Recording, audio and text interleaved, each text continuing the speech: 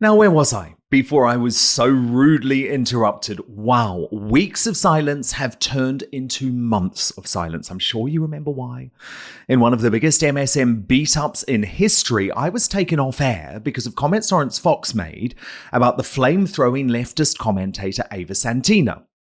As my friend Megan Kelly told me, you were the first broadcaster in this world to be cancelled for not being offended enough by something. GB News itself argued to our Ofcommunist government regulator that this entire incident did not breach the broadcasting code. And there was absolutely no outrage over the British bashing corporation broadcasting Corinne Mitchell and Carol Vorderman talking about not wanting to shag Lawrence on Have I Got News for You days later. But as is often the case, the establishment cancel culture mob won. My complete cancellation in the mainstream media is no coincidence, by the way. I knew it was inevitable. Just days before the Lawrence incident, that so-called conservative Caroline Dinenage called for me to be taken off air in her role as the head of the UK Parliament's Media Select Committee. So we are increasingly becoming an authoritarian state, where dissident voices are taken down by wholesale abuses of the political and legal system. Now the Ofcommunists, who have already destroyed free speech on TV, well, they're coming to patrol the internet. I'm convinced that if I did not work for GB News, I would not have been under a sustained attack over completely spurious allegations made against me by a violent convicted criminal, convicted extortionist, convicted phone hacker, convicted activist, and an ex who had admitted to being a psychopath. And while I'm relieved that after 6 months I was completely exonerated by 2 investigations by the Metropolitan and Scottish Police, the determined attempt by Byline Times to quite literally destroy my life over lies nearly worked. Huge damage has been done, because these days the process is the punishment, with social media acting as public executioner. I always said this was a witch hunt and there was no criminality.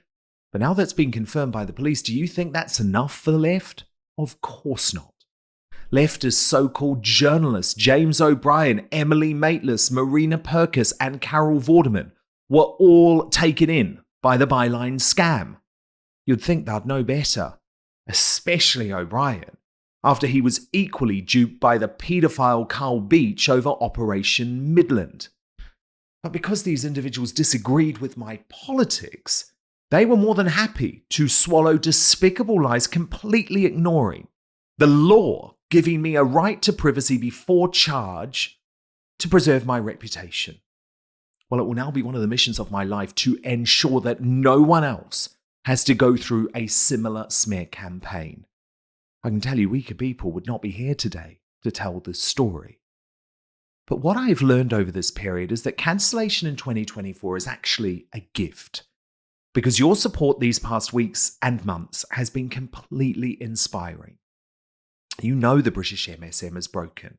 You know British politics is broken. You know the country is broken. Its infrastructure is crumbling. Our borders are unprotected. Our society is fracturing. And now even our legal system is collapsing. The elites ruling us have failed.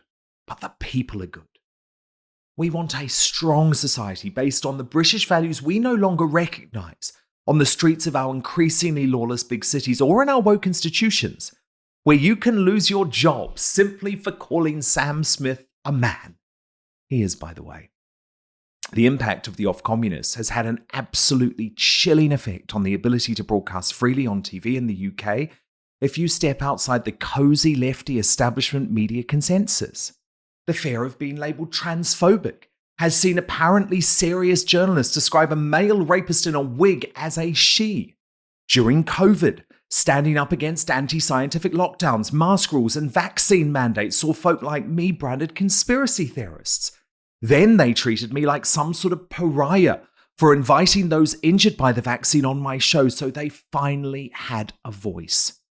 And more recently, they have campaigned against me for exposing the Nut Zero scam for exactly what it is, the most transparent attempt to impoverish a population completely unnecessarily. Now, I spent 5 years calling out the British MSM. I'm sickened by the British bashing corporation's sly news and woke ITV and the myths they perpetuate about our country. I expose their relentless bias, anti-white racism, distortion, and downright lies in ways no one else would every day for 5 years. So they were always going to come for me. But now I have an opportunity to, with you, build a truly independent platform focused on free speech, democracy, liberty, and patriotism. A platform not encumbered by corporate or establishment interests. A platform they cannot cancel.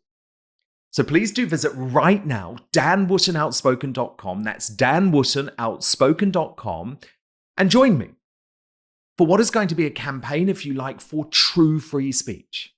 I'm very excited to say later this year, I'm launching a daily news show that will not be regulated by the Ofcommunists. You cannot put a price on independence from corporate interference. I am owned by nobody apart from you now. And my goodness, it feels good saying that. I'm convinced, by the way, that an independent media revolution is coming. Politics and media in the UK and around the world is broken. The MSM has betrayed us. The MSM doesn't represent us anymore.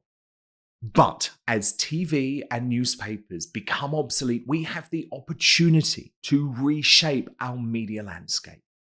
I tried to fight within the system. I failed. So now we'll do it together, independently, with no spin, no bias, and no censorship. Let's go.